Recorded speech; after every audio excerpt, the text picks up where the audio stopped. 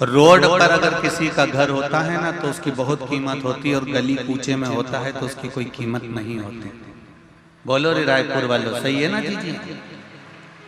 Road पर अगर किसी का घर होगा तो उसकी कीमत होगी, रोड पर अगर किसी की जमीन होगी, खेत होगा, प्लाट होगा तो उसकी कीमत होगी।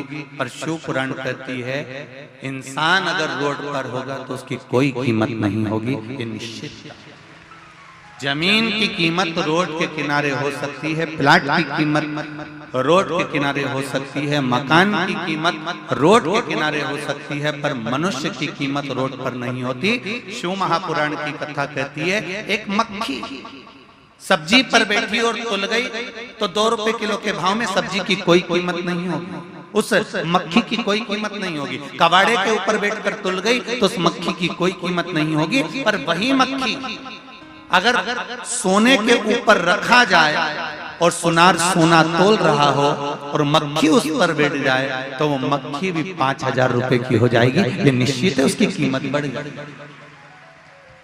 मक्खी अगर तुलते समय सब्जी पर बैठी है तो उसकी कोई कीमत नहीं है, मक्खी तुलते समय अगर किराने के सामान पर बैठी है तो उसकी कोई कीमत नहीं है, मक्खी तुलते हुए कबाड़े के सामान पर बैठी है तो उसकी कोई कीमत नहीं है। और वही मक्खी अगर सोने पर सोना तुल रहा है और उस पर अगर मक्खी बैठ गई है तो वो मक्खी की कीमत भी अपने आप बढ़ जाएगी। उसी तरह आप किस जगह पर बैठ रहे हो, किस चौराहे पर बैठ रहे हो, किस पान की दुकान पर जाकर बैठ रहे हो, किस गुमठी पर जाकर बैठ रहे हो, किस पेड़ के नीचे जाकर बैठ रहे हो, किस रोड पर जाकर बैठ रहे हो, उसकी कीमत नहीं है। शिव महापुराण की कथा कहती है जब हम भगवान की शरणागति में, सत्संग में या शिव महापुराण में जाकर बैठते हैं तो ये शरीर की भी कीमत बढ़ जाती है और आत्मा की भी कीमत बढ़ जाती है।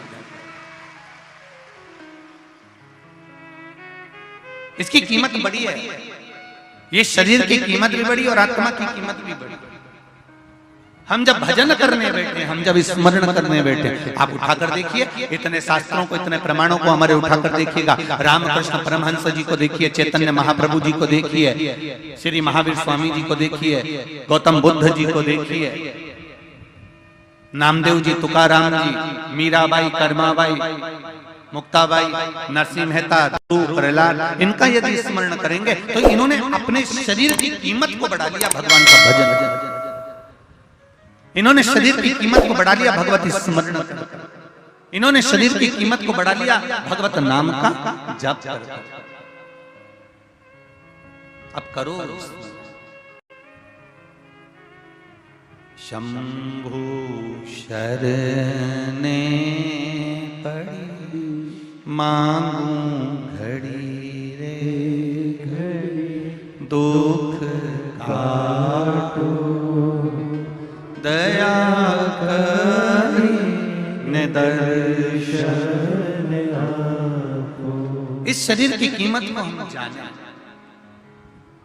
कितना मूल्यवान ये शरीर दिया है, और उसके बाद भी हम अगर रोएं, उसके बाद भी हमारे नैनों में जल भर जाए कि मैं तो बहुत गरीब हूं, या मेरा शरीर बेकार है, या भगवान ने मुझे जबरदस्ती पैदा कर दिया, भगवान ने यूं ही मुझे जन्म दे दिया।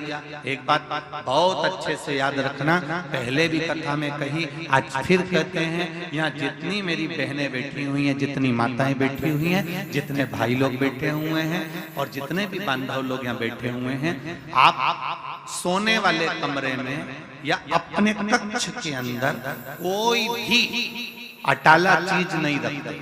तुम अपनी अलमारी में हमेशा अच्छी चीज ही रखते हो, कीमती चीज ही रखते हो। जब तुम अपने कमरे में, तुम अपनी अलमारी में, तुम अपने कक्ष में, तुम अपने मकान में कोई भी अटाला सामान नहीं रखते तो जरा विचार करिए, ये पृथ्वी पूरी की पूरी मेरे महादेव का घर है। जब आप अटाला सामान नहीं रखते तो मेरा महादेव किसी फालतू को इस पृथ्वी पर क्यों रखेगा? जरा विचार करो। अगर भगवान ने जन्म दिया है, मृत्यु लोक में आए हो, पृथ्वी पर जन्म हुआ है, तो तुम्हें कीमत वाला बनाकर मेरे परमात्मा ने भेजा। ऐसा कोई मनुष्य, ऐसा कोई मानव, ऐसा कोई पृथ्वी मनुष्य जन्म नहीं लेता जिसको भगवान कीमत वाला बनाकर नहीं पैदा करता। बस आपको निखरने की जरूरत है। दुनिया की ठोकरें खाकर अपना कर्म करते करते और कर्म को प्रधान मानकर जो आगे बढ़ता चले जाता है, मेहनत करता चले जाता है, वो एक दिन आगे बढ़कर उन्नति की सीढ़ी पर चढ़ ही जाता है। पहले कर्म को प्रधान मानना।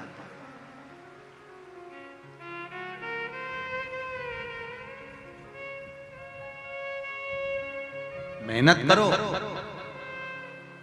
कहीं इधर उधर मत पड़ी जाना, नहीं तो लोग कहें कि कहीं का बाबा जोगी मिल जाए और कह दे कि तुम मेरे पास में आ जाओ, मैं तुमको गड़ा हुआ धन दे दूंगा, निकाल के हंडा दे दूंगा। ऐसे के चक्कर में मत पड़ना, अंधविश्वास की ओर मत जाना। शिव महापुराण की कथा कहती है ना हमें अंधविश्वास की ओर जाना है, ना किसी ऐसे चक्कर में पड़ना है कि हमें गड़ा हुआ धन मिल जाएगा। आपको धन मिले, भोलेनाथ जी से कहना भोलेनाथ मुझे किसी का धन नहीं चाहिए, शंकर जी से कहना बस इतनी कृपा करना कि मेरे भाग्य में जो लिखा हुआ है वो धन मुझे दे दे, बस इतनी कृपा कर दे, मुझे दूसरे भाग्य का नहीं चाहिए।